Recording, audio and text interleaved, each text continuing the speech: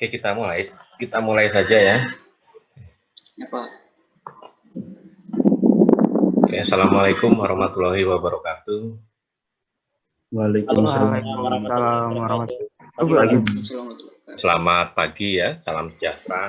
Terima kasih atas kehadirannya di perkuliahan ya pagi ini di kuliah pengolahan bahan galian PPG pertemuan ke-14. Jadi kita minggu depan terakhir ya, semoga juga praktikumnya berjalan dengan lancar ya, seperti itu.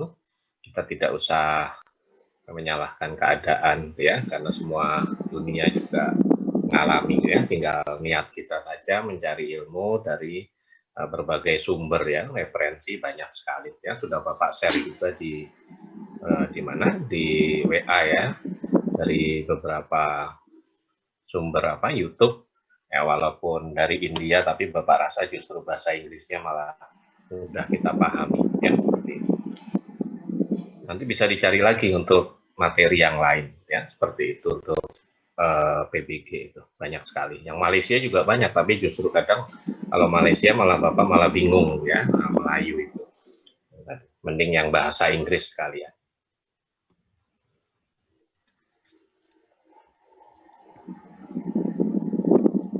Bapak ada beberapa bacaan ya, nah, maksudnya sebenarnya dari buku yang Bapak sudah share ya di WA itu, punyanya Wills dengan Pryor itu sudah cukup lengkap ya, tinggal kita lengkapi dengan beberapa mungkin referensi yang lain ya dari internet. Bapak rasa banyak sekali.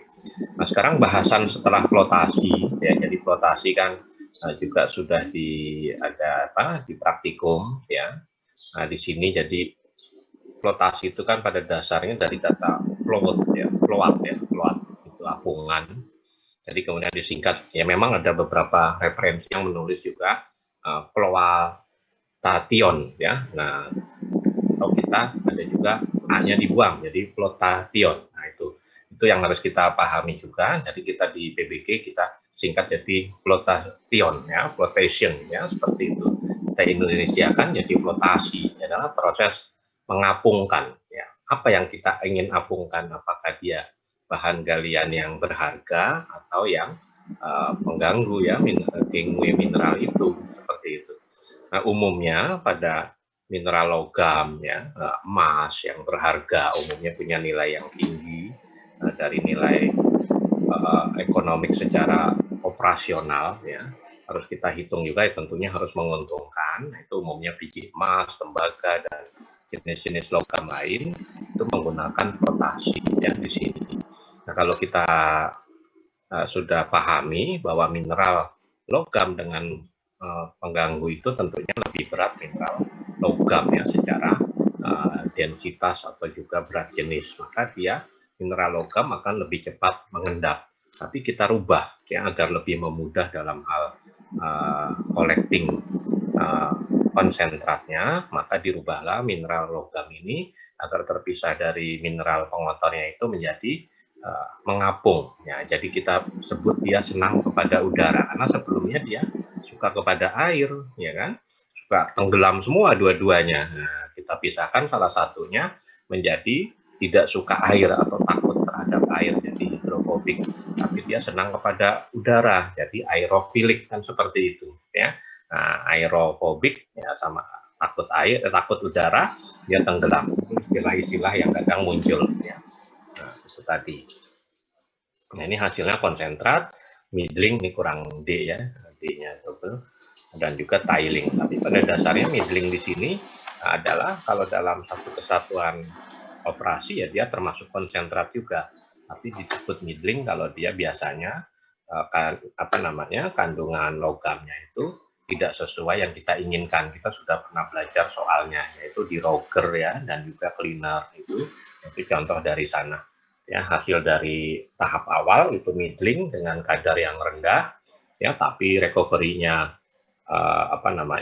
tinggi, bisa jadi seperti itu. Nah, maka kita cleaning dengan recovery yang rendah tapi kadarnya tinggi. Nah, bisa seperti itu. Padahal yang kita inginkan tentunya recovery tinggi, kadar juga tinggi ya. Tapi kan kadang berbanding terbalik ya, seperti itu. Mana yang akan pilih seperti itu. Nah, reagentnya mungkin juga sudah dijelaskan di praktikum, tidak Bapak usah Bapak ulang ya. Di pada dasarnya ya ada reagent secara kimia, ada pembuih, kolektor, depresan, dan juga pH regulator ya, seperti itu. Nah, setelah kita peroleh suatu konsentrat ya, umumnya kita basah ya, memang ada beberapa konsentrat yang sudah kering ya, syukur berarti kita tinggal melakukan material handling. Nah, kalau yang masih basah, maka kita melakukan suatu proses dewatering ya, atau pengurangan kadar air. Nah, ini nanti kita mungkin minggu depan ya, kita lanjutkan lagi. Nah, ini beberapa alat itu seperti proses thickening ya, pemekatan, pengentalan, jadi pembentukan suatu lumpuran, atau kalau bahasa Inggrisnya paste gitu ya, pasta. Kalau kita itu pasta itu lumpur jadi pulp ya, itu tadi. Nah, ini alatnya thickener, nanti kita ini lebih lanjut ada slide selanjutnya. Nah, ini hasilnya produk dari thickener adalah underflow ya, bagian yang pekat tadi, pasta tadi yang lumpur mengendap tadi. Nah, itu ke bawah tentunya akan kita buang ya, menuju tempat yang kita inginkan atau tiling disposal. Nah, yang atas ini overflow, bagian yang encer atau airnya mengalir ya di bagian atas ini, yang umumnya ya sudah apa namanya, sudah relatif bersih dari partikel. Jadi dia air murni. Nah, air ini tentunya dapat kita gunakan kembali, atau istilahnya reuse ya, atau recycling ya, untuk proses awal lagi dan seterusnya. Jadi kita menghemat dari penggunaan air permukaan ya, atau juga penggunaan sungai atau juga air dalamnya, itu tentunya juga menghasilkan suatu nilai ekonomi ya di sini, karena kalau kita ngebor kemudian kita pakai air permukaan, air dalam dengan pompa, beberapa daerah di Indonesia juga sudah menerapkan biaya ya, nilai dari air yang kita pakai itu. Nah, dengan merecycle kita harapkan dapat mengurangi biaya operasional ya. Ini bentuknya macam-macam, dari yang hanya 1 meter ya diameternya sampai yang sangat besar sekali. Sini. Nah, kemudian dewatering yang kedua itu filtrasi ya, atau filtration ya, jadi ibaratnya penyaringan lah ya di sini. Nah, kalau di lab kita sering ya kita filtrasi, atau nanti hasil dari flotasi juga biasanya kita filtrasi ya dengan kertas filter, lalu kita keringkan, kita timbang kan, seperti itu ya. Nah, kalau sudah pengeringan, nah ini bisa dengan secara alami maupun dengan bantuan alat ya kan. Alami tentunya kalau drying kita jemur ya di panas matahari ya sampai kering. Kalau pakai alat ya tentunya dengan oven ya, seperti itu. Nah, kemudian kalau secara apa namanya, persen solid, nah kering ini sudah 100% solid ya, jadi tidak ada airnya lagi, kita asumsikan seperti itu. Sedangkan kalau filtrasi umumnya ya masih mengandung persen apa namanya, persen moisture-nya ya, seperti itu ya. Itu biasanya tergantung dari bahan galiannya ke apa jadi ini ukurannya, jadi ukuran butirnya. Jadi semakin halus bahan galian yang kita olah, tentunya kandungan dalam filtrasi juga semakin besar umumnya ya kan, seperti itu, karena nilai moisture dalam setiap partikel itu tentunya sesuai dengan luas permukaan dari partikel. Semakin kecil ukuran partikel kan kita asumsikan semakin luas ya dalam jumlah secara berkelompok. Nah, seperti itu. Kemudian kalau yang thickener ini ya tentunya tergantung dari alatnya. Nah, umumnya ya bisa sampai 25 sampai 35% solid ya di sini. Itu bisa mengolahnya seperti itu. Tapi ada juga yang sampai 60% juga bisa ya. Biasanya sangat pekat sekali. Tentunya kita menggunakan suatu bahan kimia lagi juga ya, berupa seperti flokulan ya, atau koagulan yang banyak digunakan di mana, di PDAM ya, untuk membuat vlog-vlog agar lumpur-lumpur dari Sungai Mahakam itu bisa disatukan ya dalam satu apa namanya, suatu komposit dari flokulan tadi, sehingga mudah kita endapkan dan kita keluarkan, sehingga air PDAM bisa lebih jernih ya dibandingkan dari sumbernya itu. Jadi seperti itu. Nah, ini nanti minggu depan juga ya, seperti itu. Kalau ada yang bertanyakan silakan. Ya. Bapak share yang lain. Teori dari suatu pengendapan ya. Sebenarnya ada soal yang sulit tapi tidak Bapak tampilkan ya, nggak usah lah ya nanti. Mana lagi nih? Bapak jadi lupa ya.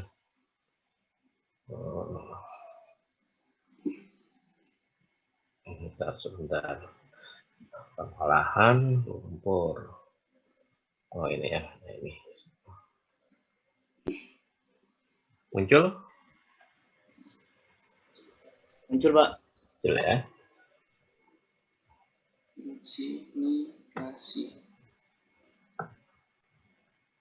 Ini sebenarnya pengolahan lumpur yang secara umum ya, secara umum itu artinya dia ini oleh anak teknik lingkungan ya di sini.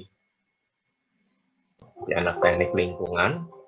Nah, tapi kita hanya belajar tentang suatu thickener-nya tadi ya. Nah, ini abaikan aja ya, sumber lumpur dari tambang kita tentunya kalau ditambang ya dari pit kita ya. Tapi yang kita bicarakan di sini adalah PBG ya kan. PBG berarti di pabrik ya, plant-nya di pabrik pencucian ya, pabrik pengolahan bahan galian dan seterusnya ya, tergantung dari bahan galiannya.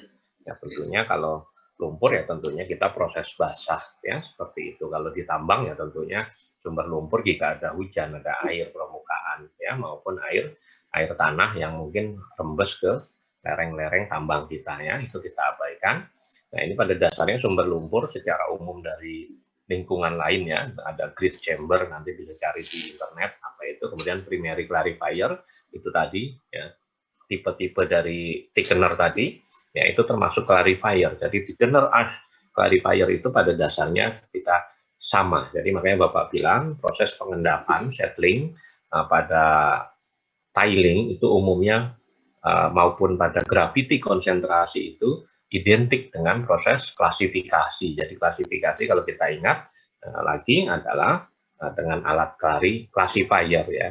Nah, classifier memisahkan ukuran yang kasar dengan yang halus tadi. Tapi kalau di sini tentunya lumpuran dengan airnya. Kemudian yang ketiga final clarifier. Nah, ini bedanya ya ini bertingkat ya. Final clarifier itu berarti hasil overflow-nya sudah air bersih yang relatif tidak ada partikel lagi, yaitu contohnya tadi di PDAM ya. Kalau kita ditambang ya cukup primary clarifier di sini. Nah, ini karakteristik lumpur ya, dari sumber lumpurnya, lumpur dari grid chamber maupun primary, padatan atau lumpur kasar. Nah, itu tadi berarti dia tipe-tipe dari suatu alat yang ukuran butirnya itu lampi ya. Kalau batu bara itu, kalau lumpuran ya sand ya. Kalau maksudnya bukan selain batu bara, tapi kalau sudah halus ya tentunya kalau batu bara fine stool, kalau bahan galian lain itu slime ya. Nah, ini kita yang tipe-tipe dari sand ya, pasiran maupun lampi coal ya, seperti itu. Jadi agak-agak ukuran butirnya kasar besar, berarti dia di atas dari 0,2 mm. Nah, ini yang final. Nah, itu tadi biasanya untuk mengolah air penggunaan untuk air bersih ya di sini dan seterusnya tadi. Nah, ini dari hasil penyaringan, pasir dan seterusnya kita nggak usah lagi ya. Nah, ini proses yang ini umumnya rangkaiannya ya, kalau secara umum nanti siapa tahu ditanya ya tentang atau sudah dapat ilmu lingkungan belum ya? Siapa nih yang aktif? Rizal sudah aja? Atau siapa nih? Reza nih. Kemarin Pak dapat Pak ilmu lingkungan, pengelola lingkungan juga untuk materi. Ya dapat ini enggak kira sedikit gitu? Enggak ya? Belum dapat Pak. Nah, itu harusnya ada lah ya, paling karena kita kan hubungan sama lingkungan tambang ya. Nah, ini tapi nggak ada masalah lah di sini ya. Nah, jadi ini pada dasarnya juga yang dilakukan pada beberapa industri secara teori ya. Nah, ini tadi thickening dari beberapa sumbernya, dari gravity concentration, flotasi, centrifugation. Jadi umumnya dari suatu pabrik ya maupun yang lain ya, dalam mengolah suatu bahan galian yang menghasilkan suatu pengotor atau tiling. Nah, proses stabilisasi dengan beberapa bahan galian lain ya, seperti nah ini kapur ya, klorin, tergantung dari yang kita butuhkan tadi, final atau primary kan seperti itu. Kalau ditambang mungkin kita hanya butuh kapur saja ya, atau juga pada apa namanya pabrik kita ya, tentunya untuk menstabilkan daripada pH ya, agar kita setelah kita buang atau kita gunakan lagi pH-nya sudah netral. Nah, conditioning ya, proses conditioningnya sama dengan ini pada dasarnya secara secara pH tadi, secara kimiawi ya, seperti itu, agar kondisi yang kita inginkan sesuai ya dengan secara kimia dan seterusnya di sini. Elutriation nanti bisa cek di Wikipedia. Heat treatment tentunya treatment pemanasan, jadi airnya dipanaskan juga bisa. Nah, di watering tadi juga sudah ya, tadi umumnya kita hanya 3, tapi di sini ada beberapa teknologi lagi. Nah, itu tapi ini sama ya. Nah, ini vacuum filter, filter press.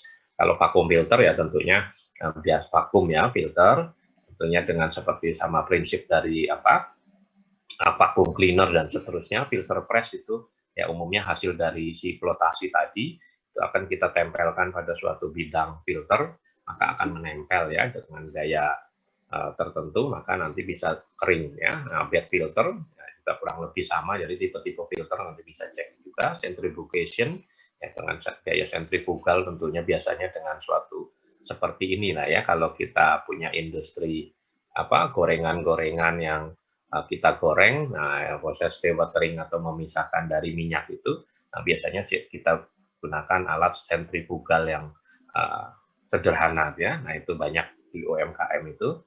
Nah, itu bisa cek juga di internet ya. Kemudian drying bed ya tentunya dengan bisa dengan oven dan seterusnya. Nah, disposal tentunya lokasi yang dituju akhir ya, dari underflow tadi. Kalau ditambang ya tentunya kita punya suatu settling pond tadi ya, punya backfill yang bisa menampung secara aman, umumnya berupa bendungan, dam ya, seperti itu. Nah, ini ada contohnya land application ya, tentunya ini banyak digunakan di TPS ya, TPA sorry ya, tempat pembuangan akhir dari sampah. Itu juga sama ya, seperti itu. Composting ya, dikompos tentunya dengan pembuatan briket-briket dari hasil yang padatan lumpur tadi. Landfilling ya biasanya dam-dam tadi juga ya, dam-dam tadi nanti kita keringkan suatu saat, lalu kita ambil, atau seperti apa nanti kita kembalikan ke lubang tambang yang memerlukan, atau kalau dia tambang dalam ya tentunya untuk mengisi lombong-lombong yang memang memerlukan fill ya, seperti itu. Insinerasi ya biasanya seperti proses pembakaran sampah itu ya, itu tadi.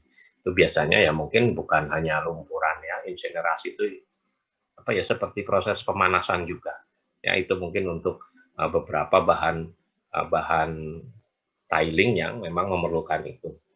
Biasanya untuk limbah-limbah dari rumah tangga yang atau kantor-kantor ya, seperti yang limbah B3 contohnya di sini kalau di KPC dan beberapa itu.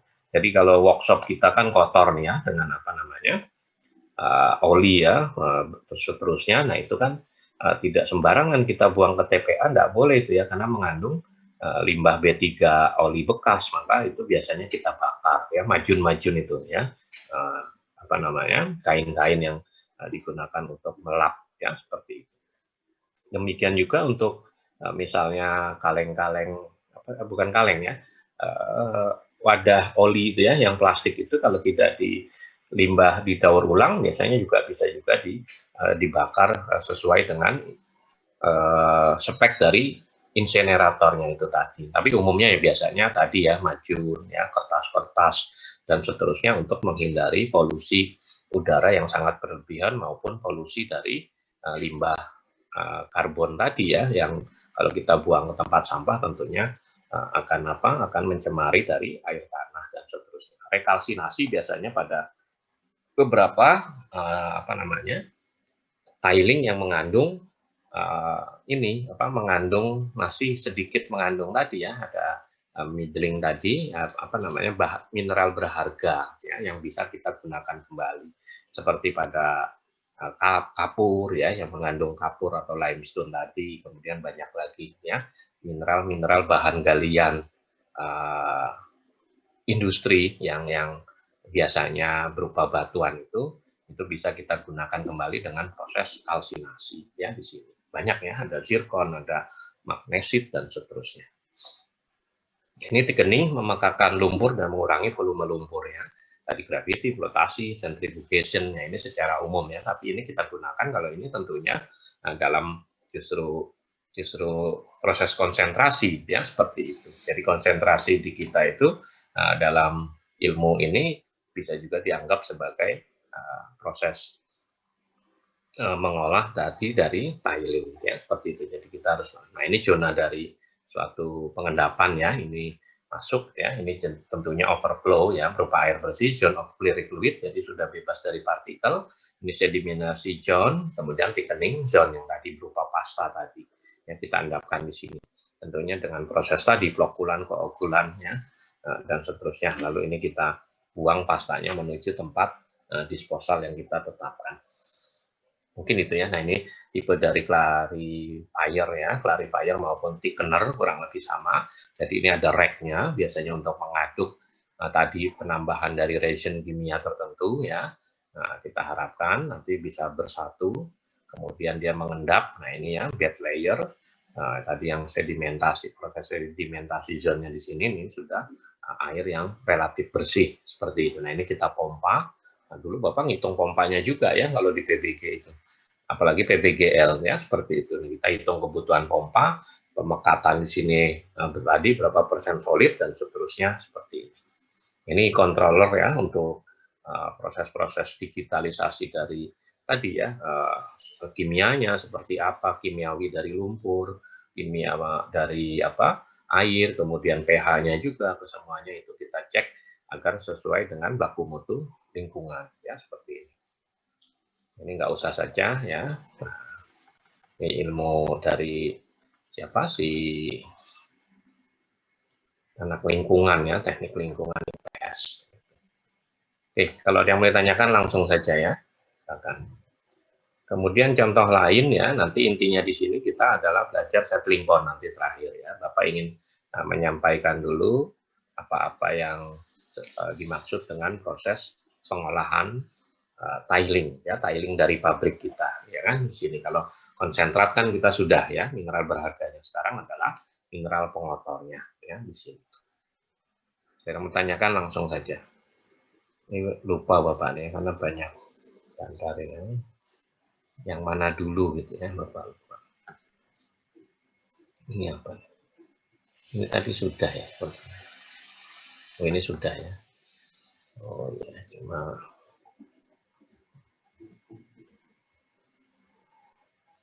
boleh lupa. Nah ini dulu saja ya.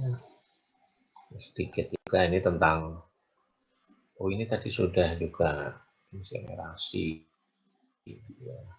Duh, sama soalnya. Pengolahan lumpur kita.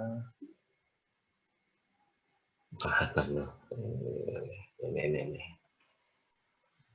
Nah ini Bapak juga ya dari beberapa bahan ya. Ini. Jadi kita kalau baca apa referensi, oh Pak Windu kok nggak ngajarkan ini istilah ini ya. Jadi kadang itu tadi ya Bapak sudah mengajarkan ini, begitu sidang mahasiswanya jawab ini justru diketawain sama dosen lain, kadang Bapak ya itu geli gitu ya. Itu. Nah, tiling kok paste, nah itu tadi emang pasta gigi ada seperti itu, bukan seperti itu maksudnya. Paste ya, paste itu juga dari proses pasting pada dasarnya. Jadi proses pemekatan tadi menjadi suatu pasta. Thickening kan itu tadi ya, proses pengendapan tadi sehingga memisahkan partikel dari apa? Dari fluidanya kan seperti itu. Tentunya fluidanya macam-macam ya kan, ada terutama tapi adalah air. Nah, paste ini adalah underflow-nya tadi ya, yang bagian ketiga tadi ya. Di bawah dari sedimentation zone, nah itu tadi berupa paste itu yang kita namakan paste itu ya di sini oleh orang luar negeri, tapi kita Indonesia kan jadi pasta ya kan. Ya kalau kita tentunya lumpuran tadi. Itu tadi kadang ada apa namanya dosen-dosen kita kadang mungkin kurang baca juga ya. Nah itu tadi. Jadi paste thickening, optimization, styling, disposal and water. Jadi proses optimasi ya pengendapan dari paste tiling tadi, ya, pada tiling disposal, estimasi pengendapan pasta pada tiling disposal, dan juga recovery dari air tadi ya tentunya. Berarti kita memisahkan suatu tiling bahan galian yang kita olah tadi dalam proses PBG kita dengan air yang relatif bersih dari partikelnya, agar kita bisa reuse ya, kita gunakan kembali ya. Nah itu tadi ya istilahnya ya recycling, tapi yang lebih tepat adalah reuse ya, penggunaan kembali, tapi tentunya dengan proses recyclingnya itu dengan thickening ini ya, seperti itu. Nah ini main tiling disposal dan pengaruhnya ya pada penggunaan air ini sangat penting ya dalam seluruh perusahaan pertambangan ya, di sini sangat konsen. Nah, ini contoh di Amerika ya, thickening at Kumani, aduh Bapak jadi lupa nih, udah lama ya. Jadi ini dari tambang biji besi ya, iron ore ya di sini. Nah ini proses thickeningnya tadi, thickenernya. Nah ini ada beberapa ya, makanya tadi ada thickener yang untuk yang primary ya, kemudian ada final. Nah seperti ini. Nah, ini kalau kita lihat juga ada yang lebih kecil ya, ini beberapa malah thickenernya nggak cuma satu ya, dan seterusnya. Ini kemungkinan lagi proses pengeringan ya, kalau kita lihat di sini. Nah ini pastanya sudah kering, ini dalam proses tahap pemindahan. Nah bisa jadi ini juga clarifier itu bukan hanya berfungsi untuk memisahkan bahan tiling dari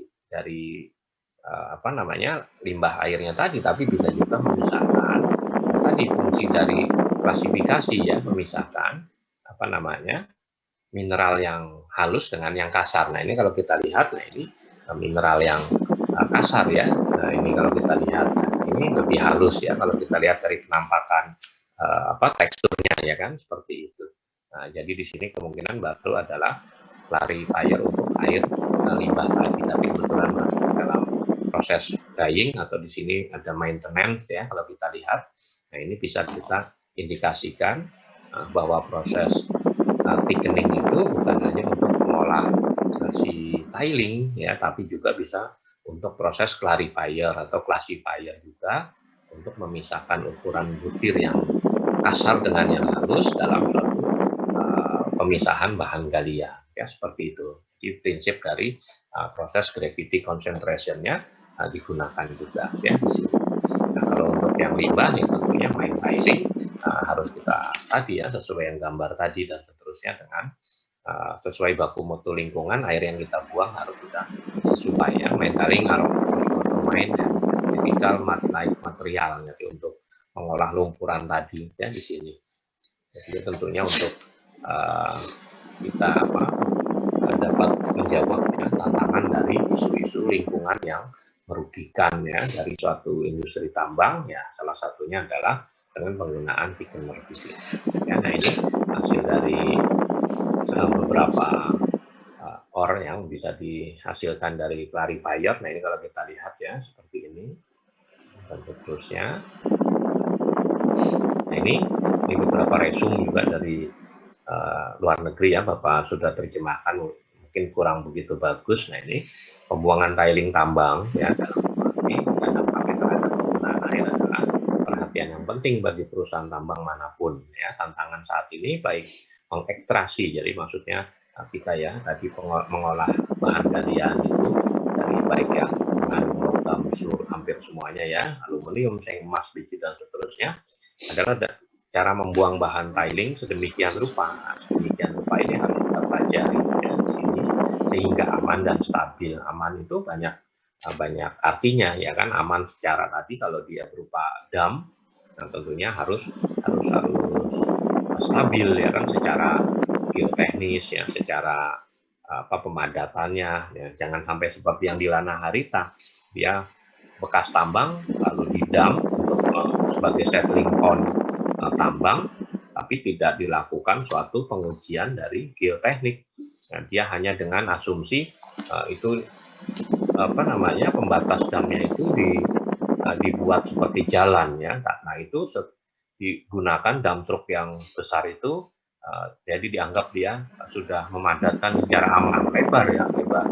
Tapi lama-kelamaan sekian tahun dengan hujan yang sangat deras, makin lama dia terjadi suatu apa namanya ya, erosi atau abrasi ya, mungkin jadi jebol ya dam itu. Ya padahal dianggap mereka sudah padat. Nah, karena tidak dilakukan suatu tadi ya kestabilan lereng tadi ya, baik dari pemadatannya itu. Jadi asumsinya pemadatan itu karena sering dilewati dump truck sudah padat. Nah, itu akhirnya bulan November Bapak lupa tahunnya itu jebol ya tanggulnya, kemudian membanjiri dari RT itu, satu RT di bawah itu Bapak lupa namanya, kampungnya Kampung Bugis kalau nggak salah. Nah di sana, nah itu untungnya sore hari ya, jadi hampir dekat dengan atap, jadi semuanya listrik, maksudnya alat-alat elektronik, motor, nah itu mereka ganti semua ya karena kesalahan dari tanah hari. Nah, ini sambil memaksimalkan penggunaan kembali air, jadi reuse tadi yang sudah Bapak ceritakan ya, air yang relatif sudah bersih. Nah itu kalau PDAM ya tentunya dikirim ke rumah kita. Nah kalau di pabrik digunakan kembali untuk proses selanjutnya. Atau kalau sudah final itu kotor, kemudian sudah diolah sesuai baku mutu, bisa juga kita buang ke perairan umum. Tapi dengan syarat sesuai baku mutu lingkungan ya.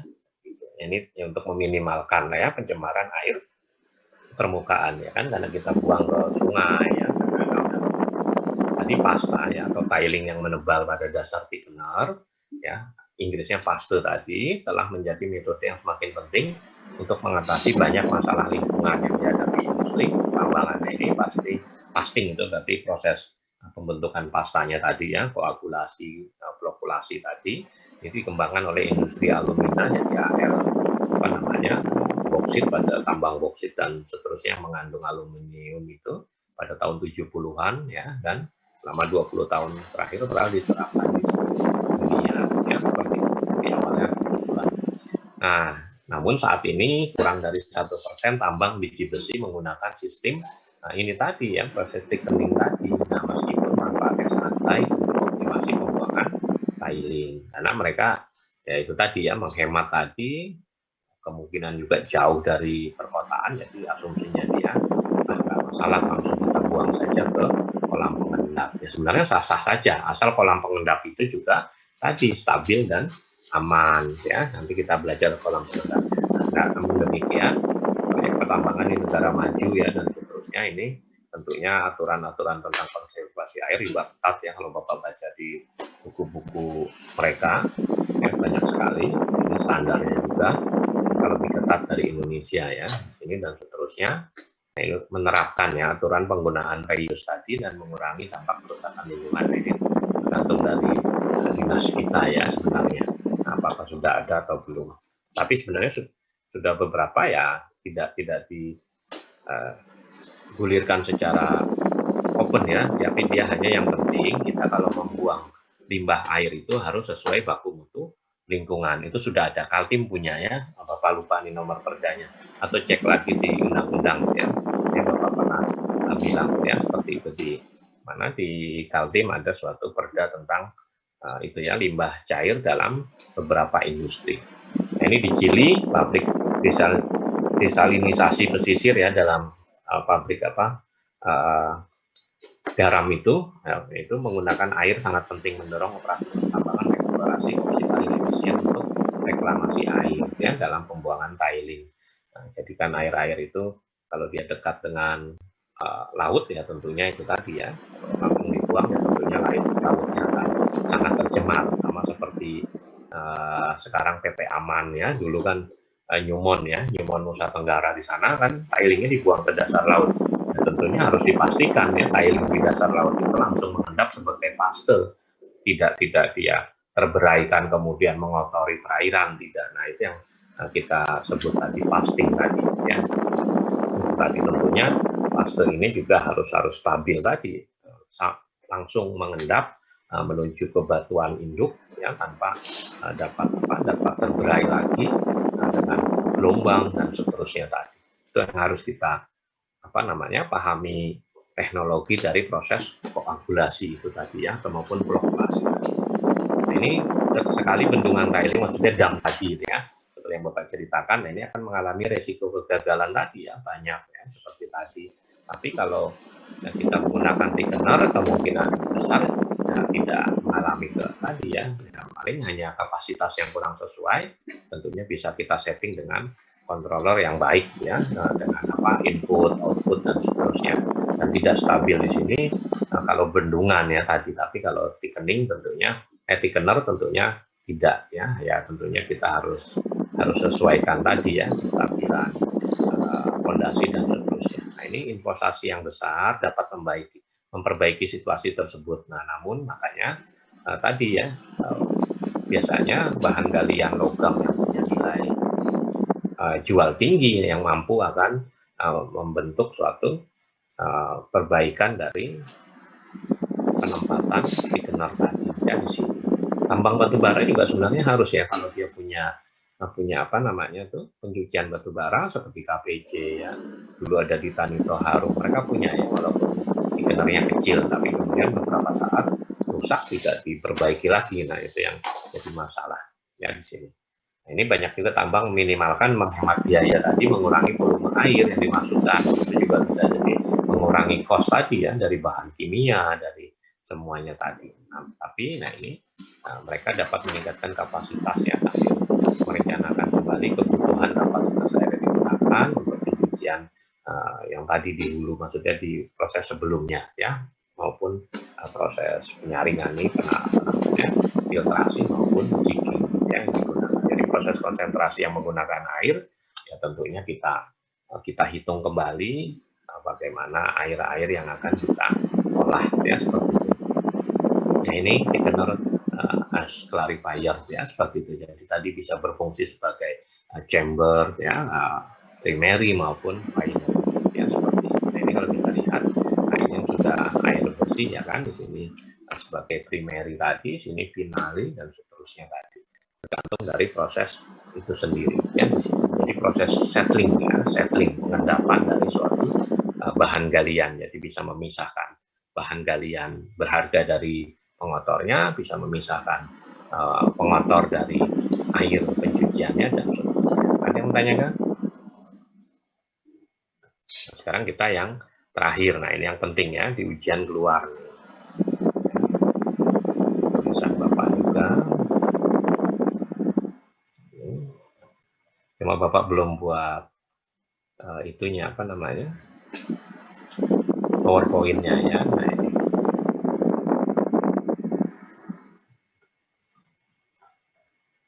termasuk bab 9 ya. Kolam pengendap judulnya, settling pound ya. Jadi jangan pon ya. Kalau pon itu kan merek kosmetik ya. Ibu kita atau yang putri-putri ya, mahasiswi pound ya, pakai A sama U, pound, settling pound, seperti itu, settling pound. Nah, itu jadi ya, kita kayak orang bule emang susah ya. Nah, ini kita artikan ya, kolamnya itu tadi pound ya, settling pengendapan, pengendap atau juga pengendapan boleh. Nah, ini dari suatu limbah ya, atau tiling ya, pengolahan bahan galian ya di sini. Nah, ini kolam pengendap pada pabrik ya, pengolahan bahan galian sangat diperlukan untuk proses pemisahan ya, padatan ya, atau solid ya, ini berupa lumpur dengan bahan cair atau liquidnya. Nah, itu kan umumnya ya tentunya air ya, seperti itu. Nah, secara definisi ya di sini, secara definisi pada pabrik PBG, kolam pengendap ini ya adalah ya kolam yang berukuran relatif kecil, ya itu sampai besar. Jadi relatif di sini tergantung tadi ya, kapasitas produksi kita ya. Itu tadi yang Bapak bilang, mungkin dia bisa, kalau thickener dia dari yang berukuran 1 meter diameternya sampai yang sangat besar tadi yang ada di gambar tadi ya, seperti itu. Jadi relatif ya, seperti itu. Itu yang harus kita hitung. Jadi relatif kecil sampai besar itu yang dikatakan tadi di referensi tadi ya, dari Inggris tadi, tentunya dia memerlukan suatu perhitungan. Jadi sedemikian rupa ya, harus kita hitung. sesuai kapasitas produksi tilingnya. Nah, ini yang berguna untuk mengendapkan padatan atau solid pada tiling atau limbah proses pengolahan bahan galian yang berupa lumpur atau pulp. Tadi kalau di sana disebut pasta, ya seperti itu. Nah, pemisahan liquid air dengan padatan itu dilakukan dengan tujuan agar diperoleh underflow yang umumnya mengandung 30-35% solid dan overflow yang relatif ya bebas dari benda padat. Jadi seperti itu ya. Bisa di screenshot atau apa dan silakan ya. Nah ini secara umum tujuan dari settling pond sini atau kolam pengendap yang pertama adalah menyimpan mineral berharga yang mungkin dapat diolah kembali pada masa yang akan datang. Kenapa? Karena itu tadi ya, tiling yang kita hasilkan kan mengandung T kecil. T kecil ini kan mineral berharga pada dasarnya, ya kan? Walaupun sangat kecil, 0, sekian persen, 0, sekian ppm. Tapi itu adalah sesuatu yang berharga. Itu banyak digunakan untuk penunjang nanti ya, begitu harga tinggi ya, kemudian biaya produksi tinggi juga. Nah, itu bisa kita olah kembali kan seperti itu. Itu banyak ya di mana di tambang biji besi, tembaga dan lain di Australia itu banyak ya. Nah, jadi kolam pengendap itu kemudian dikeringkan, lalu ibaratnya ditambang lagi, dia bukan ditambang, tinggal diambil saja kan, sudah ukurannya sudah halus juga ya, jadi lebih memudahkan tadi mengolah paste tadi itu tadi. Yang kedua mengolah air buangan limbah atau tiling tadi yang berupa upper flow tadi ya kan, agar dapat terbebas dari padatan seminimum mungkin. Nah, minimum mungkin itu tadi yang Bapak bilang.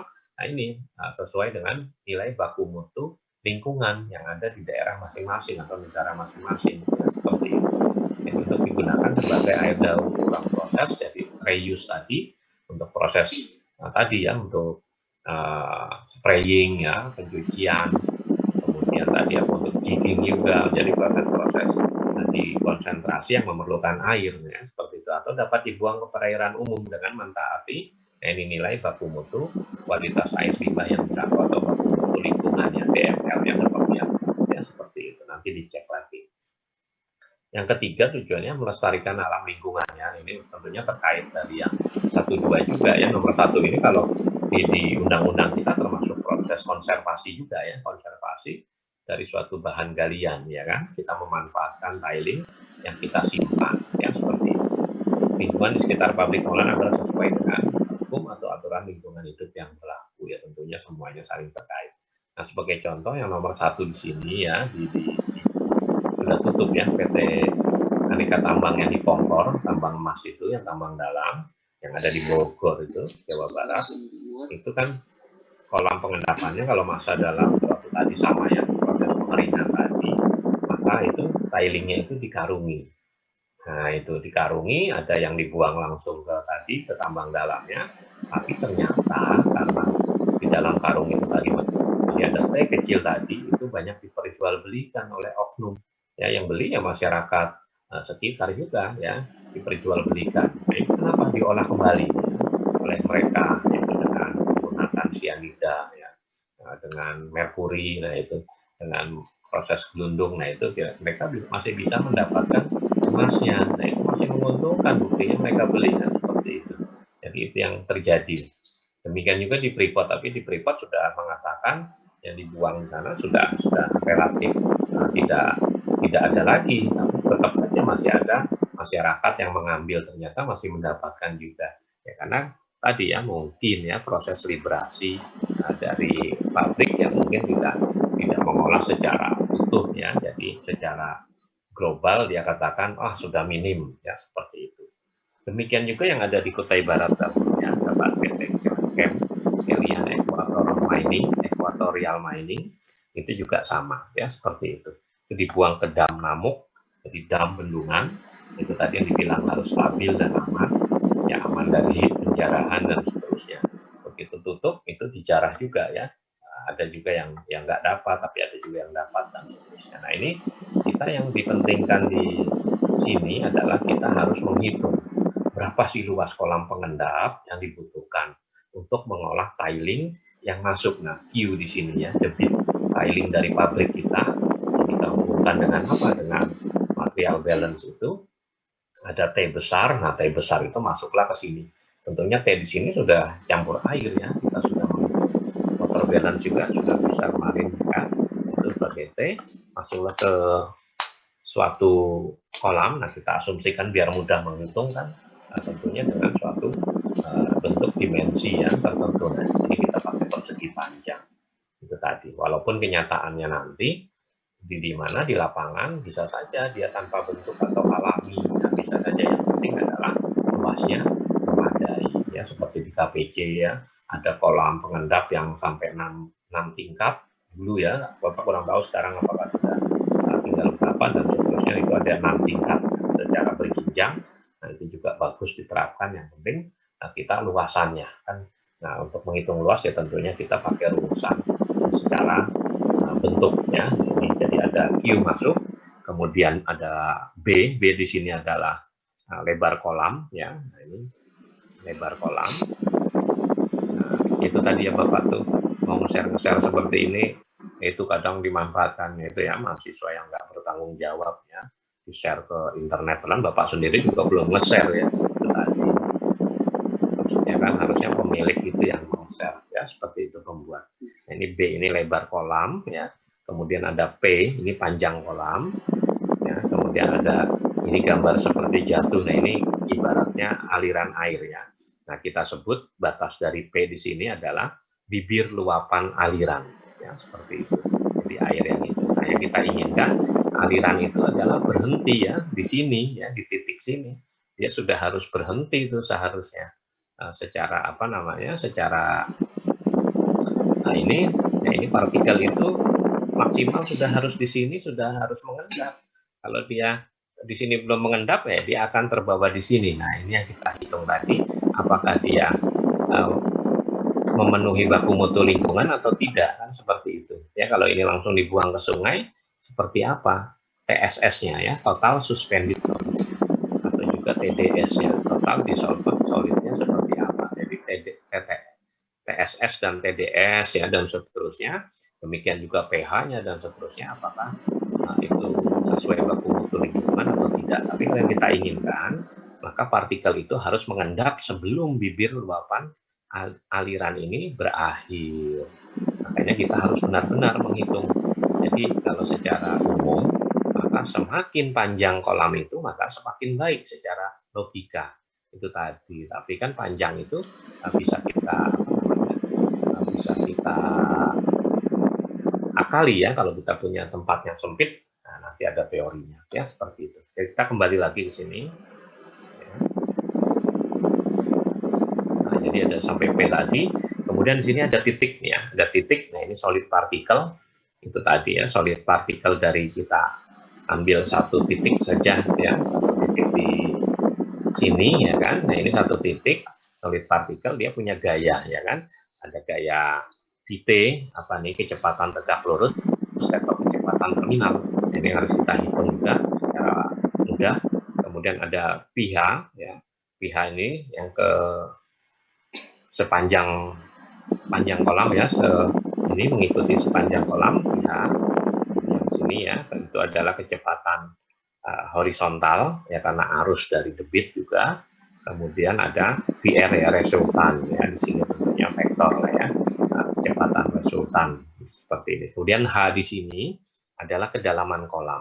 Nah, dalam perhitungan kita nanti H di sini adalah 1 meter ya, di sini asumsinya 1 meter ya. Nanti kita bermain di situ untuk proses perhitungannya. Ada yang mau tanyakan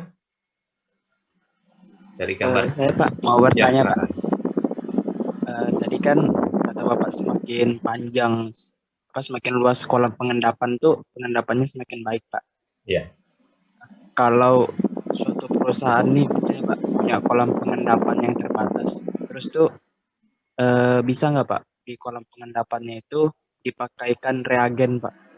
Nggak usah pakai regen, nggak usah. Nanti regennya ada, mudah. Nah, ini kalau kita terbatas maka kita buat partisi. Jadi kalau kolam ini 1, kita buat menjadi 3 partisi. Ya, pada dasarnya kolam itu sebenarnya minimal 3. Jadi ini adalah partisi untuk proses pengendapan tadi reagentnya itu menggunakan tawas.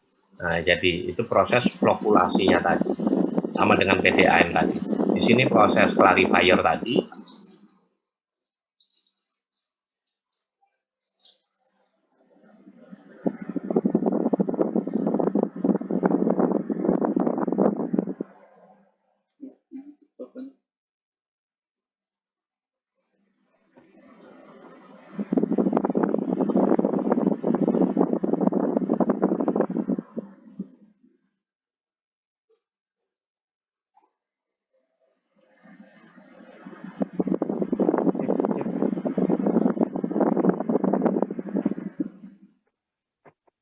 Video bapaknya sendat kah?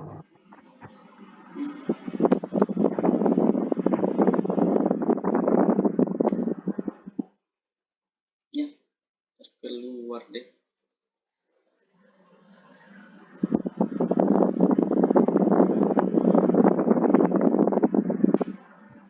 Keluar kah bapaknya? Keluar bapaknya?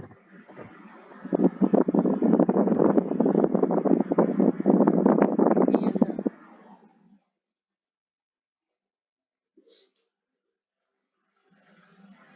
Bentar ya, si bapaknya lagi sedang.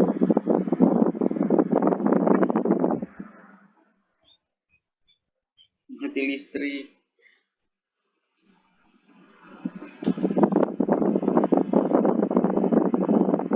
Mati listrik bapaknya katanya. Mohon maaf, apakah Apa tadi? bapaknya terkeluar kah? Ya, tahu. Mati listrik bapaknya. Tunggu lagi respon. Oke, baik. Terima kasih. Amin.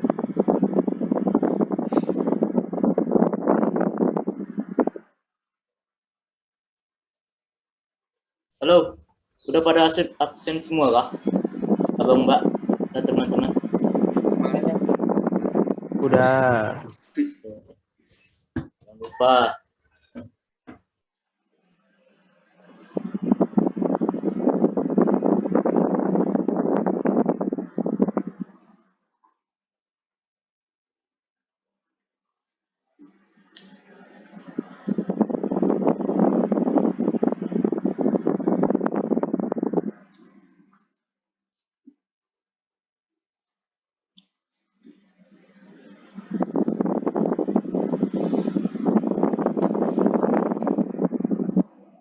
Rizal,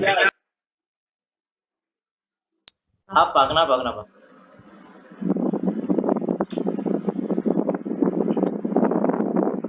Jal, Ya. Kenapa Pak Komius?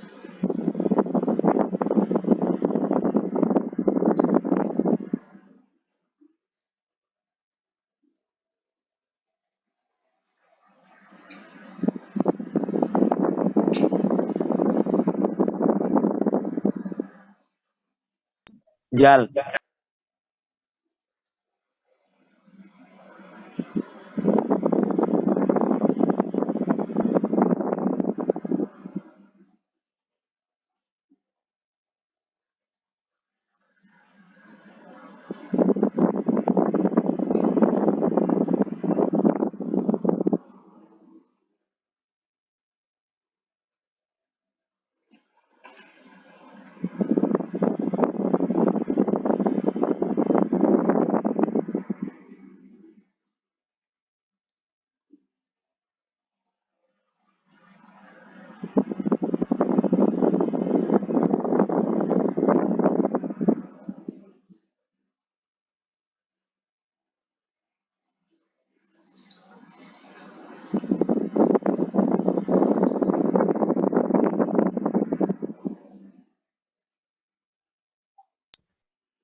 Jangan ada yang keluar Zoom ya. Tunggu respon bapaknya lagi di grup. baik Abdul Rizal Mumin. Oke, baik.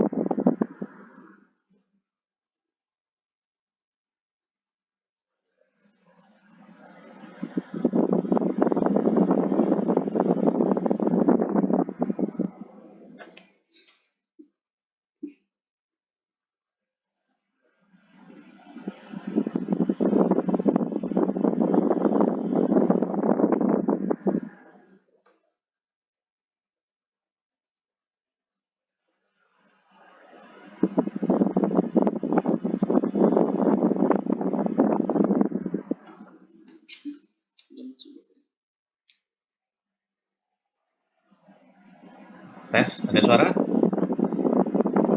Masuk Pak. Ada Pak.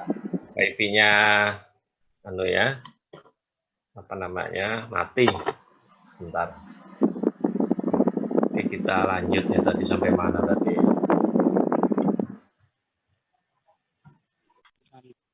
Tadi ya pertanyaan Reza ya kalau nggak salah ya. Jadi nanti kita bentuk jadi beberapa kompartemen ya di sini. Jadi kompartemennya itu dengan asumsi memperpanjang dari suatu panjang kolam ya seperti itu. Nah di sini kita kasih upper flow masing-masing dari batas dari kompartemen. Dibikin 4 juga boleh, tapi minimal adalah 3 secara ilmu lingkungan ya. Nah ini di sini kita asumsikan lagi. Nah ini bisa juga kita partisi lagi seperti ini ya, zigzag. Jadi pola pengaliran zigzag ini kan sudah memperpanjang ya, memperpanjang dari laju aliran dan demikian juga di sini ya. Nah seperti ini. Nah ini. Jadi yang kompartemen pertama di sini, satu ini adalah berfungsi sebagai pengendap langsung ya, zona sedimentasi. Jadi sama dengan prinsip dari thickener tadi. Ya, di sini prosesnya penambahan penambahan tawas ya. Di sini bisa tawas dengan ditabur dan seterusnya. Ya, jadi langsung mengendap sedimentasi, kemudian di sini masuk. Dan disinilah proses clarifier dari kedua ya. Di sini kedua. Ini biasanya dengan adanya penambahan tawas, maka terjadi fluktuasi dari pH air. Ya, di sini bisa naik, bisa turun. Nah, untuk menetralkan, kita tambahkan di sini adalah kapur. Ya, jadi kita nambahkan kapur di sini. Ya, limestone. Di sini tawas. Nah, di sini sudah jernih. Ya. Nah, ini bisa kita kasih ikan ya sebagai indikator biologisnya. Kalau ikannya mati berarti belum bagus pengolahan di 1-2, nah seperti itu. Atau juga ada berupa tanaman air bisa ya seperti itu. Sini. Gitu ya Risa, ada lagi yang menanyakan? Makasih Pak. Ya, jadi prinsip zigzag, pembuatan pola aliran secara zigzag di sini membantu memperpanjang tadi ya lahan perusahaan yang terbatas tadi ya seperti itu. Ada lagi?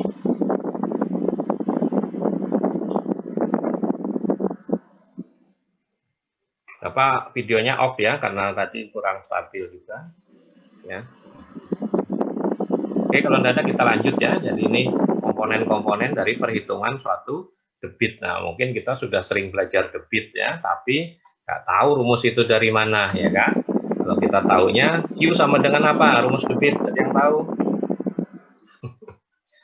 Debit itu apa? Kalau lihat di internet pasti tahu ya kan. Nah ini Q. Nah, jadi apa di sini ya kan? Nah, rumus debit apa? Nah, harusnya di lingkungan tambang juga belajar. Oke, kita lanjut ya. Tadi kan berdasarkan pada gambar kolam ya, mengendap di atas dengan asumsi bahwa partikel akan mengendap cukup ya sampai pada bibir luapan aliran. Ini kita namakan sebagai pengendapan minimalis ya, di mana partikel akan mengendap bila terletak di bawah bibir luapan aliran, maka secara dari gambar tadi ya bisa kita buat TV ya T ya TP akan lebih kecil atau sama dengan TH. Nah di mana TP ini waktu pengendapan tegak lurus tadi.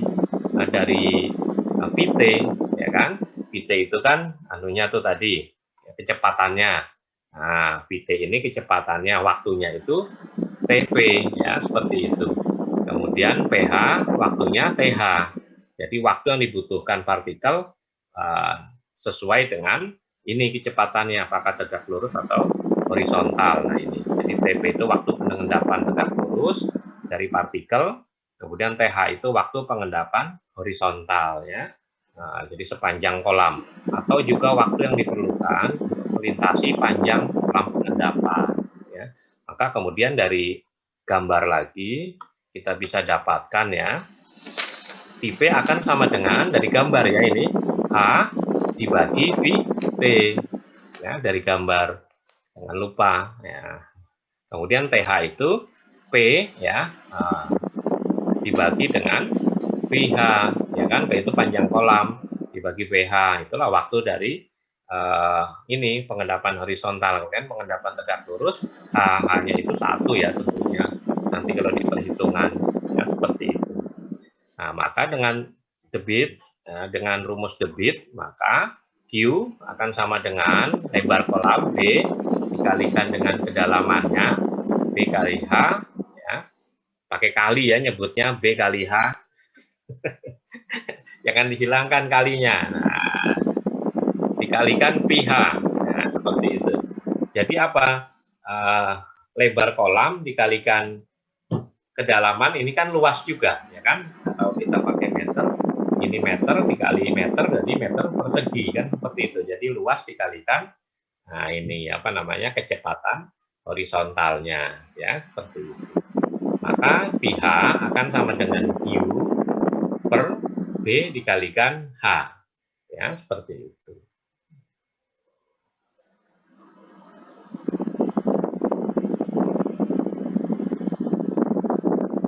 Nanti Bapak share di WA ya, tapi janji jangan di share ke umum ya seperti itu. Ya, jadi hanya untuk kepentingan ya, untuk kepentingan kita saja dulu. Ya. Karena Bapak belum belum itu ya menyelesaikan diktatnya itu. Sebenarnya pengen diktat itu jadi buku juga ya, cuma ya itu belum ada niat ya, seperti itu. Sampai sini yang ditanyakan? Nah, jadi rumus debit itu kan luas dikalikan kecepatan ya kan. Nah, ini kecepatan horizontal ya, kali ini kan asumsi ya, asumsi dari bisa saja B kali P bisa, tapi kita gunakan B kali H karena dengan asumsi H tadi kan bisa tetap ya, variabel yang tetap yaitu kita asumsikan dia 1 meter ya seperti itu. Nah, maka pada kondisi yang paling buruk tadi minimalis ya. Jadi pada kondisi yang paling buruk maka karena T kan maka ini kan ya TP sama dengan TH.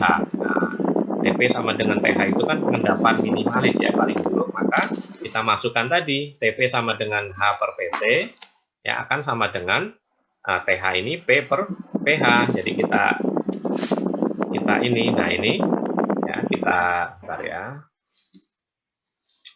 Mana sih? Ya, kadang hilang ya notetnya.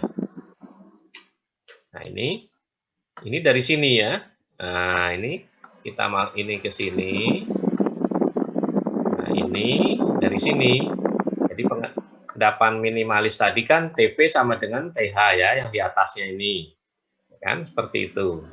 Nah, TP sama dengan TH maka seperti ini ya kan selanjutnya. Ini kan dari gambar, jangan lupa. Nah, maka kita jabarkan lagi. Nah, ini tetap maka P lalu pH-nya ini dari sini, dari yang sudah rumus debit ya kan. Nah, ini ya. Seperti ini. Kita masukkan ke sini ya. Q dibagi B kali H maka menjadi B kali H dikali P dibagi Q ya kan. Kita sederhanakan lagi. Kita lanjut.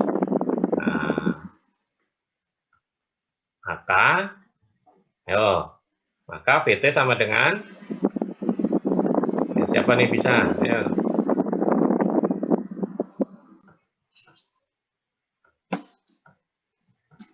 Ya. Maka PT sama dengan dari sini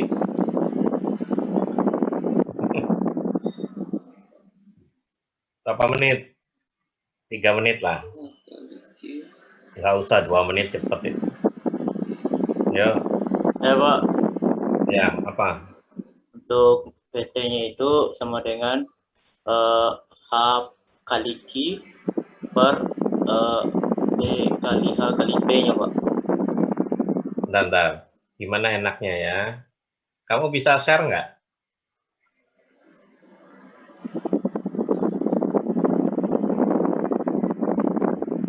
Saya kurang terlalu paham Pak kalau masalah share screen. Masih awam Pak. Atau ini, coba kamu tulis terus di share di WA coba. Nanti Bapak bisa lihat. Baik, Pak. Di foto terus di share di WA-nya, Pak. Yang lain juga coba ya. Nanti Bapak cek sampai bisa semuanya. Ini disederhanakan ya. Ada langkahnya PT sama dengan apa, lalu nah ini terakhir PT sama dengan apa biar mudah. Nah, itu tadi.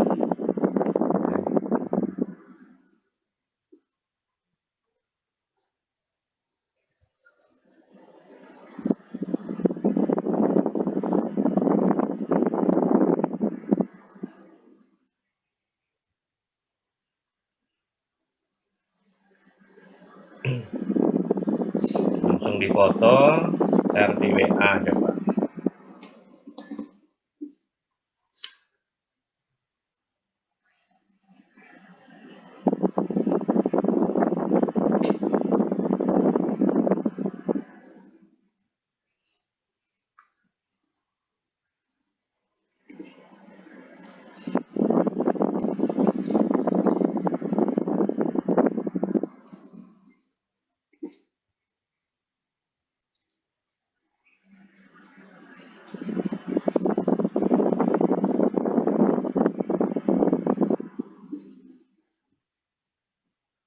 Mudah itu ya, PT sama dengan dari atasnya itu kan.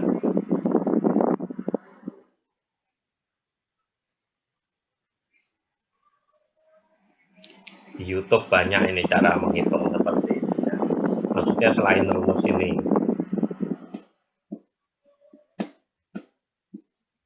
Ya, jangan lama-lama. Bentar, Pak, saya kirim, Pak.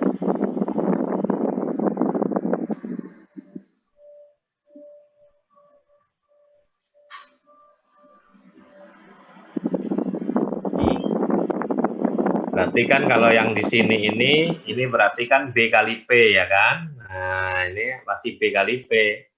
Ya, karena jadi A ya kan? Sini jadi A.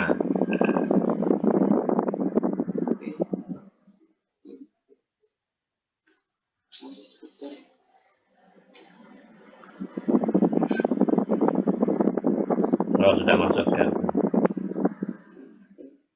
Ya itu yang baru yang pertama, bentar. H per PT sama dengan itu. Maka ya itu selanjutnya apa? Masih ada, Pak, selanjutnya. Ya Itu itu kan H per H itu 1, jadinya H per H dicoret. coret. Terus B kali P-nya itu A-nya, Pak. Berarti Ya berarti itu sama bisa. dengan Q per A, Pak. Itu Ya hasilnya. yang di sini berarti adalah Iya aja, Pak. Q kan? Ya. Kan? Q dibagi B kali P ya kan? A, Pak. Ya karena H dengan H dicoret ya kan, hilang. Ya sudah, ya betul ya. Nah kemudian jika kolam pengendapan ya luasnya kita asumsikan sekarang adalah B kali P, tadi dengan syarat adalah kalau hanya tadi adalah 1 ya kan, tadi karena sudah hilang coret-coret, maka sekarang pengendapan biar mudah secara plan ya kan, secara plan kalau H itu kan dimensi Z ya kan, jadi kita pakai X kali Y, jadi B kali P-nya ini sama dengan luas kan sama ya, maka kita jadinya PT akan sama dengan Q dibagi A. Maka rumus debit jadi apa? Nah, Q sama dengan IT kali A, Pak. apa? IT B kali A, Pak. Yakin? ya.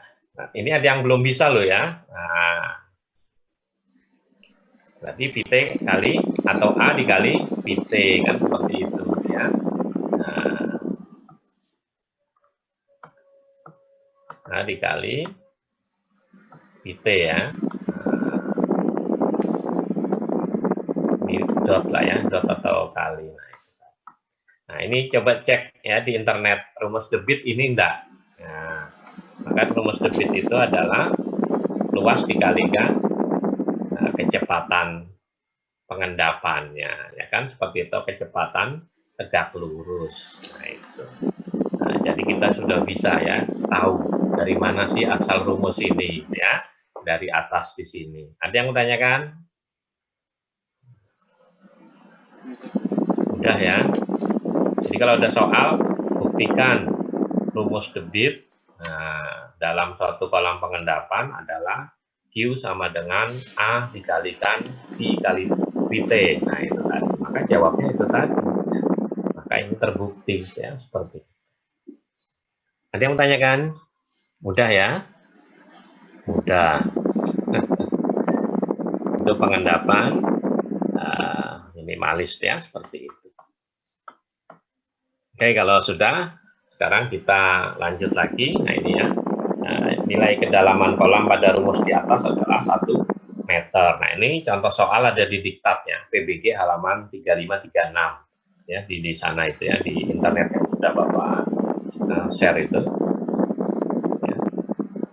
Nah, ini contohnya. Ya. Seperti ini, contohnya sama persis ya. Biji yang masuk ya dalam proses pengolahan itu sebesar 5.000 ton per day ya, 5.000 ton per hari ya, TPD tadi. Nah, ini bila nisbah konsentrasi, ingat lagi rumus nisbah konsentrasi itu apa? Nah, apa? Lagi puasa, ingat-ingat itu pasti tahu.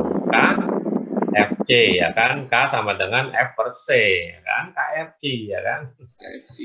Ingat makanan pasti ingat. Ya kan? Ingat makanan pasti ingat kan, KFC. Nah, 10 banding 1 artinya apa? F-nya 10, C-nya 1 kan, seperti itu ya kan. F-nya 10, C-nya 1 artinya untuk mendapatkan 1 ton konsentrat harus ada 10 ton umpan kan, seperti itu ya. Serta tilingnya mengandung 20% solid. Nah, ini sudah harusnya masih ingat lagi. Kemarin sudah belajar persen solid ya kan, di water balance itu. Nah, jadi di tiling 20% solid nih ya, asumsinya. Nah, mungkin di ujian hanya ganti-ganti angka ya, nah, bisa seperti itu. Hitunglah, ada 2 pertanyaan di sini ya. Yang pertama, hitunglah volume tiling yang masuk ke settling pond. Itu saja ya.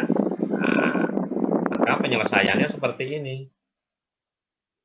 Itu sudah ada juga ya di diktat itu ya, bisa dicek lagi. Nah, ini nisbah konsentrasi 10 ya kan, 10 banding 1 kan 10 ya, berarti berat konsentrat kalau dia sudah 5.000 ya dibagi 10 ya kan, artinya 500 ton, berarti ini sudah C ya kan, 1/10 ya kan, seperti itu, 1/10 berarti 10% ya, itu tadi. Maka 10% kali 5.000-nya ya tentunya 500 ton, seperti itu kalau pakai persen. Tapi kalau kita pakai nisbah konsentrasi ya 10 banding 1 ya, atau 5.000 tadi dikali 10 per 1 kan, seperti itu, sama dengan 500 ton. Maka T-nya berapa? Nah, ini tentunya T-nya kita pakai material balance ya. Nah, jadi kalau di ujian yang jelas ya, ini kan Bapak hanya meresum ya. Nah, jadi di sini pakai rumus ya, rumus material balance. Nah, kita dapatkan C-nya ya kan, seperti itu.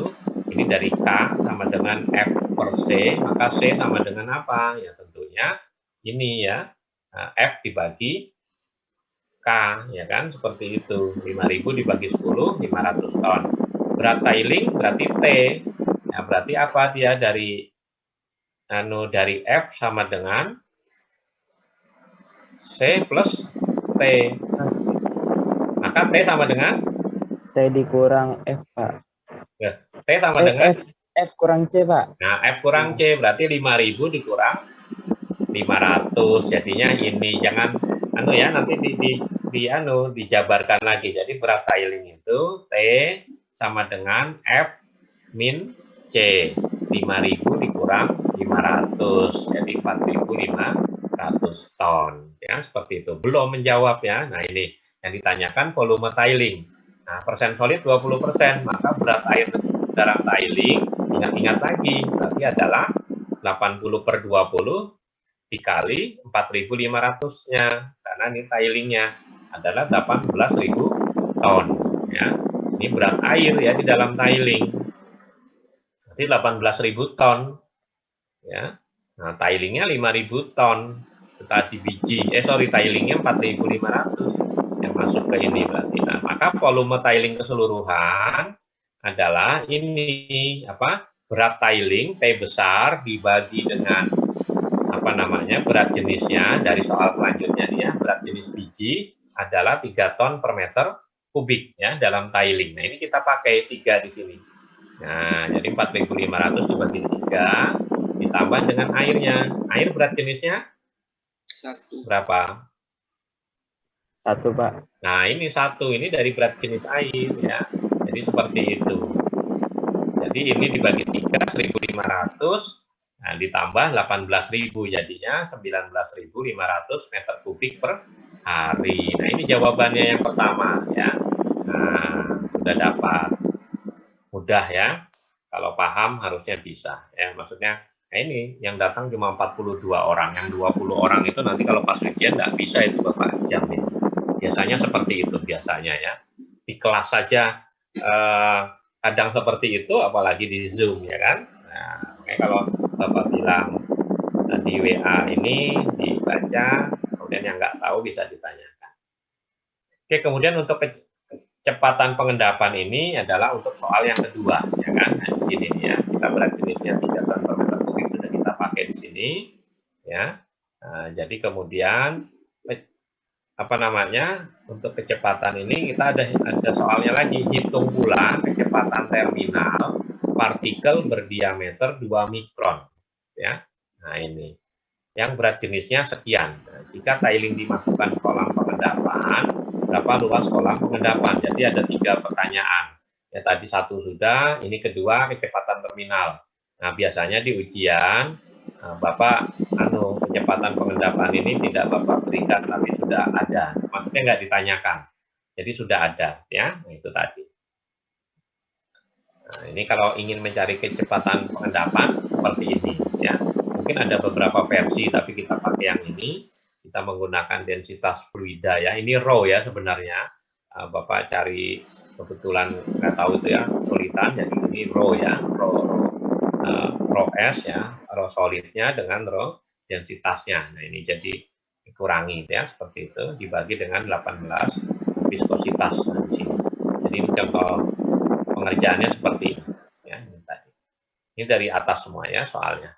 Nah, ini sudah dikonversikan ya. Jadi kenapa 980? Nah, ini sudah nanti dipikir sendiri seperti apa ya, karena di sini kan sudah kita konversi ya dari meter per detik kuadrat menjadi sentimeter per detik ya. Itu yang harus paham ya, seperti itu, jangan lupa. Ya, kalau di sini kan G-nya meter per detik kuadrat, sedangkan di kita perhitungan yang diinginkan adalah sentimeter per detik ya, seperti itu. Itu baru PT-nya ya. Nah, lalu kecepatan pengendapannya. Nah, ini biasanya ini sudah ada di ujian nanti. Ya. Jadi soal ini biasanya Bapak sudah tulis ya. Nah, dengan kecepatan pengendapan atau kecepatan tegak lurus sekian, itu sudah ada. Jadi ini biasanya nggak perlu ngitung lagi ya, seperti ini. Jadi lebih cepat ya, karena kan soalnya agak banyak. Nah, lalu ini dihitung. Nah, kita kan butuhnya tadi debitnya itu per hari ya kan, day. Ya, yang kita olah adalah 5.000 ton per hari ya, dengan tiling 4.500 ton per hari. Nah, kita konversikan ini menjadi hari.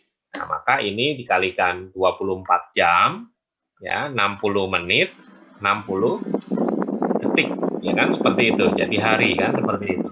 Dalam satu hari kan ada 24 jam. Dalam 1 jam ada 60 menit. Dalam 1 menit ada 60 detik kan, seperti itu.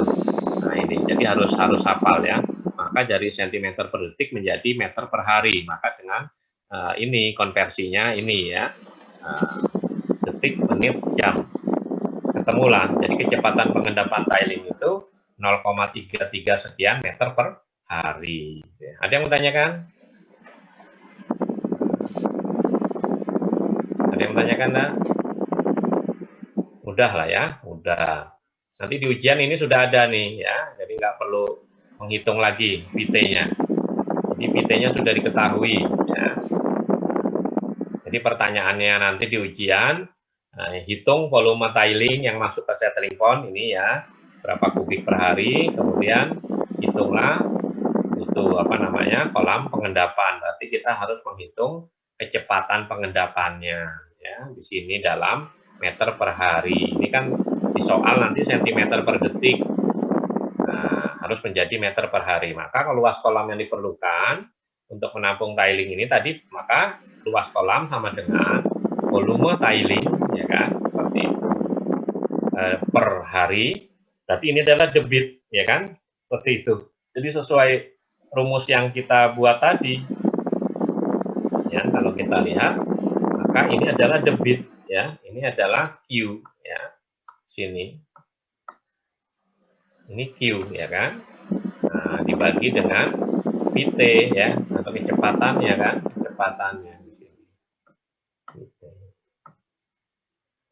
Nah, berarti luas ini kan, A, ya. Nah, berarti kan yang ditanyakan kan luas, maka luas Q per PT. Nah, Q-nya itu sendiri sudah kita hitung tadi, ya, volume tiling, ya kan, volume tilingnya. Kalau volume airnya kan hanya 18.000, ya, seperti itu. Nah, ini dibagi PT-nya, maka ketemulah sekian. Kalau harus nanti di ujian ya nggak perlu digenapkan, nggak apa-apa ya, langsung saja ini hasil utamanya berapa, ya, seperti itu. Nah, jika ada pertanyaan lanjutan, hitunglah panjang dan kolam dan lebar kolam. Nah, jika titik-titik mudah saja, ya kan. Nah, maka kita genapkan boleh. Maka dari sini bisa jadi 60.000 boleh, ya, atau 58.000 juga boleh. Silakan. Makanya setiap mahasiswa nanti biasanya di ulangan, di ujian itu nggak akan sama, nggak mungkin otaknya sama, ya, seperti itu. Ya, kalau sama berarti nyontek gitu. Ya. Nah, jadi ini kalau itu bisa 58.000 meter persegi, ya kan, itu tadi, atau 57.600 juga bisa. Nah, ini kan Bapak hanya contoh ya, biar mudah. Nah, ini kita genapkan jadi 60, nah maka panjangnya 400, lebarnya 150 bisa, ya, seperti itu. Nah, ini juga nggak mungkin sama nih setiap mahasiswa, ya kan. Bisa saja di sini 300, lebarnya 200 juga bisa, ya, seperti itu. Betul? Atau sama seperti apa ya juga bisa, ya kan. Atau tadi sesuai dengan ilmu kompartemen, ya kan. Nah, ini ya jangan lupa nilai kedalaman kolam di rumus adalah 1 meter. Jadi ini kedalaman kolamnya 1 meter. Nah, kalau Bapak ganti jadi 2 meter, kalau 60.000 jadi 2 meter, kedalamannya jadi berapa nih? Luasnya. Ayo. 60.000 meter persegi ini kan 1 meter. Nah, kalau di kedalaman kolamnya Bapak tambah jadi 2 meter, maka luasnya jadi berapa? 2 kali lipat, Pak. Nah, salah toh. 30.000. Berapa? 30.000. Ya, 30.000 bukan 2 kali lipat, tapi setengahnya, kan seperti itu. Nah, itu ya kan, hal sepele tapi salah, itu banyak terjadi. Kalau jadi 3 meter, kedalaman kolamnya 3 meter, maka luasnya 20.000. 20.000, seperti itu, ya, nanti. Nah, jadi ini saling terkait. Tapi pertanyaan pasti adalah hitunglah luas kolam, ya, seperti itu. Nanti ini ada tambahan sendiri, ya, seperti itu. Nah, jika kedalaman kolam menjadi 3 meter atau 4 meter, nah itu hitunglah luas kolam yang diperlukan, ya, seperti itu. Ada yang bertanyakan? Pas aja nih ya, 10.53. Nggak usah ditanya, Pak, izin keluar, pasti keluar, ya, seperti itu. Pak, saya mau bertanya, Pak. Ya, silakan. Jadi untuk panjang dan lebar kolam itu kita asumsikan tidak ada apa-apa gitu ya, Pak? Siapa namanya? Ya, nama saya Abdi Ibrahim Salahi, angkatan 17, Pak. Ya. Untuk mengasumsikan panjang dan lebar kolam itu berarti tidak ada acuan ya, Pak? Misalnya, atau harus ada perbandingan 1:sekian untuk biasanya untuk panjang dan lebar kolamnya gitu, Pak. Ya itu tadi yang sudah Bapak jelaskan di atas, suatu panjang itu pada dasarnya semakin panjang semakin baik. Nah tadi kan sudah Bapak jelaskan dalam suatu proses sedimentasi sesuai dengan ilmu pengendapan tadi, sesuai yang ada di zona pengendapan pada thickening atau thickener, maka dibagilah menjadi 3 zona. Ya kan tadi kalau diingat lagi, ada zona overflow, kemudian zona sedimentasi, dan zona paste, kan seperti itu. Maka dibagi 3. Maka di kolam yang ini juga kita bagi tadi minimal menjadi 3 kompartemen. Artinya apa? Maka dia akan terjadi suatu perbandingan. Dalam satu kompartemen boleh X dengan Y itu X sama dengan Y boleh, ya seperti itu. Maka artinya apa? Nah, panjang dengan lebar minimal adalah 3:1 kan seperti itu. Paham? Paham ya? Yang gambar tadi. Ya. Jadi kalau kita punya panjang kolamnya, lebar kolamnya 25 meter, lebar ya, lebar 25 meter, maka panjangnya sebaiknya 25 kali 3, jadi 75 meter, seperti itu. Kita bagi 3 kompartemen tadi, ya kita sekat. Nah, kalau sekatnya berjarak, boleh juga. Biasanya apa? Kita buat sekat itu berjarak seperti untuk jalannya ekskavator ya, untuk jalannya dump truck mungkin yang jangan terlalu berat ya, seperti itu. Nah, seperti ini ya, ntar Bapak contohkan di mana ya. Masih ada waktu ya. Nanti kalau jam 11 sudah agak lewat dikit, ada yang mau keluar silakan ya. Nah, ini contoh soalnya seperti ini ya. Nah, ini sebenarnya untuk tugas, tapi nggak usah lah, ini langsung keluar di ujian ya. Nah, ini Bapak tugas kasihan nanti kalau di praktikum banyak tugas. Ini silakan di screenshot ya. Nah, ini contoh soal ya, atau juga yang bisa kita pelajari di rumah silakan ya, nggak usah tugas. Ini yang tahun lalu. Nah, ini kurang lebih sama ya, cuma beda-beda angka, mudah saja. Nah, ini sudah diketahui ya, nomor B-nya ini dimasukkan ke settling point dengan kecepatan ini, jadi sudah dihitung. Yang tinggal konversinya saja dari sentimeter per detik menjadi meter per hari. Nah, ini dengan kedalaman 3 meter, jadi sudah tahu ya. Nah, ini berapa rekomendasi Anda untuk lebar dan panjang? Makanya tadi Bapak bilang minimal dia biasanya horizontal per panjang per lebar itu 3:1 ya, sebagai contoh seperti ini. Ya tadilah sudah ya sebenarnya. Tantar ya. Ini sudah di screenshot atau apa silakan. Sudah ya. Yang pakai laptop enak gitu ya, bisa ya, notet saja. Dan Bapak cari di mana ya, sebentar dibuka dulu.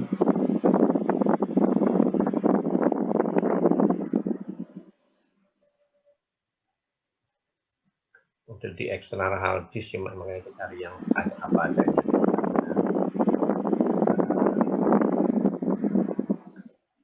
Jadi kita antar kompartemen itu kita beri jarak ya pada dasarnya, atau nanti saja lah ya di WA. Jadi prinsipnya tadi itu, jadi kita beri suatu jarak di mana di kompartemen itu ya. Nah, ya. Jadi kalau kita punya kolam seperti ini ya kan, nah, anggap saja sama ya. Nah ini seperti ini ya. Lalu ini jalannya ya, jalan itu. Kemudian ini kompartemen 2. Lalu ini jalan lagi. Nah seperti ini.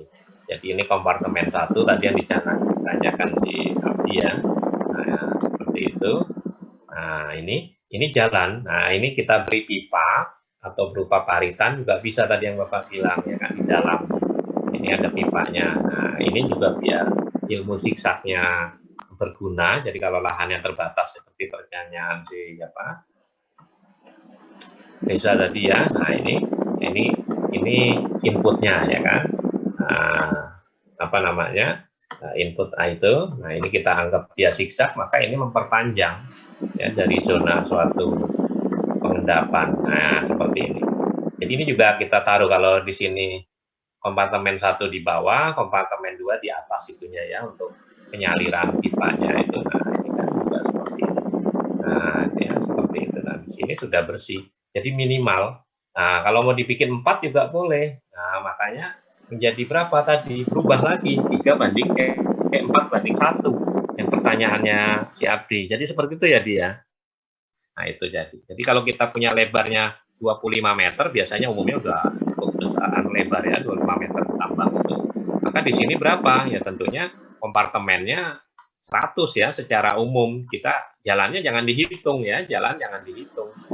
Ya di sini. Maka lebar kolamnya 100 ya, secara perhitungan. 100 tapi belum dihitung dari jalan ya ini. Nah, jalan ini harus kita hitung tentunya berdasarkan lebar alat yang akan bisa masuk ya seperti itu umumnya itu. Tapi ada juga yang hanya pakai ulin juga ada. Jadi tergantung ya. Jadi kalau di sini pakai jalan ini biasanya ini sangat luas. Ya, artinya apa? Artinya ekskavator itu tidak bisa ngeruk di bagian tengah, nah, maka dia biasanya dibuatkan di sini. Nah itu seperti itu. Ini jadi nggak perlu juga ya pada dasarnya, tapi bisa kita rencanakan seperti itu. Ya itu tadi. Karena apa? Itu tadi yang sudah Bapak sampaikan, kemungkinan kapasitas bertambah, maka ini bisa kita keruk lagi, maka kompartemen kita jadi lebih luas. Nah, itu salah satu keuntungan juga ya dalam suatu merencanakan proses pengelolaan dari lumpur. Jadi seperti itu ya. Jadi kalau kita pakai 4 kompartemen, bisa jadi 4 banding 1 ya seperti itu. Ada yang menanyakan? Siapa sih Abdi tadi sudah jelas ya? Iya, Pak. Nah, jadi kalau 4 kompartemen itu tadi Bapak bilang ya, kompartemen 1 tadi sebagai proses pengendapannya dengan penambahan tawas. Kemudian kalau kompartemen kedua itu juga masih kurang bagus, tawas lagi. Kompartemen ketiga tadi ya proses netralisasi dari pH dengan penambahan kapur. Maka kompartemen keempat tadi sebagai indikator biologis. Biasanya kita kasih ikan. Jadi kalau ikannya mati, berarti kita kurang bagus. Mungkin pH-nya terlalu asam ya atau basa. Nah itu bisa seperti itu. Bahkan dulu di Braukul, jadi ada kakak kelas kamu yang angkatan pertama 2003 itu, Bapak yang bimbing. Nah itu juga menanam ya, karena di sana tinggi akan logam beratnya Fe dan Mn. Kemudian juga kesulitan dalam hal sesuai baku mutu, maka dibuatlah kolam ke-3 dan 4 itu, kompartemen 3 dan 4 itu dengan tanaman Tipolia angium. Nah, jadi tanaman Tipolia angium itu banyak ya jenisnya ya, tapi salah satunya itu dia akan menyerap logam itu. Fe dan Mn itu akan diserap oleh akar dari Tipolia itu. Ya, tandanya seperti apa, Pak? Dia akan menguning. Jadi kalau tanamannya itu menguning, mati, artinya dia sudah menyerap logam itu. Nah, tentunya kita cek lagi. Itu bisa seperti itu. Jadi di kompartemen ketiga, kita tanami Tipolia, kompartemen keempat kita kasih ikan. Seperti itu ya. Jadi ide itu bisa muncul mudah saja ya sebagai indikator biologis. Yang nggak pakai ikan juga nggak apa-apa, tapi kita harus setiap hari ya mencek itu ya pH kolamnya. Itu tadi. Nggak harus ya. Nah, itu tadi. Ada lagi yang tanyakan? Mudah ya? Nah, mudah. Nanti minggu depan kita lanjut dengan pertemuan terakhir, material handling. Ya, seperti itu. Ada yang mau tanyakan? Jadi intinya kita sudah tahu lah ya, berarti bagaimana suatu rumus debit itu, ini I sama dengan A dikalikan P ya, atau PT ini di sini. Jadi debit itu adalah perkalian antara luas ya, luas itu dikalikan dengan kecepatannya, ya kan? Seperti itu, rumus debit. Sudah bisa membuktikan ya, kita ingat ini intinya di sini pengendapan minimalis ya, IP sama dengan TH, TP-nya sama dengan ini sesuai gambar dan seterusnya, lalu kita jabarkan dan seterusnya. Oke, ada yang bertanyakan?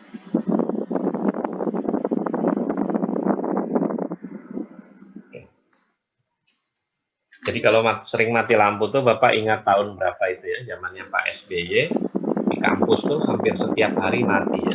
Baru ngajar mati, lah itu sangat-sangat mengganggu sekali ya. Itu tadi.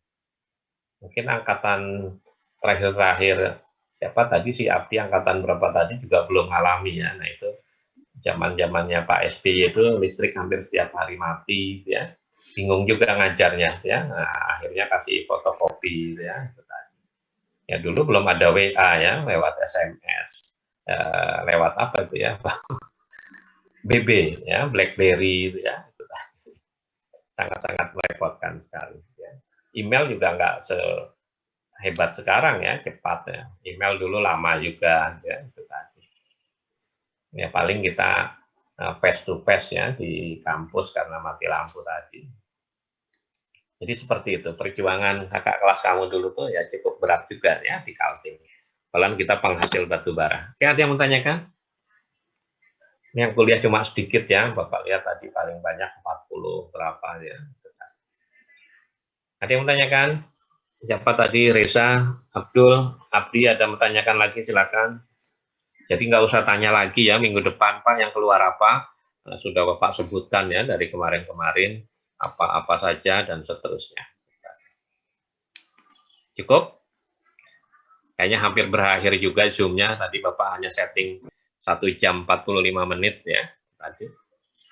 Oke, kalau cukup ya kita akhiri sampai di sini ya. Kita lanjutkan minggu depan. Terima kasih atas perhatiannya. Assalamualaikum warahmatullahi wabarakatuh. Waalaikumsalam warahmatullahi wabarakatuh. Terima kasih Salam Pak. sehat selalu ya. Ya, sehat selalu ya. Nanti Bapak share di WA ya untuk yang bahan tadi. Bab Baik, Pak. 9. Ya, makasih. Ya Pak.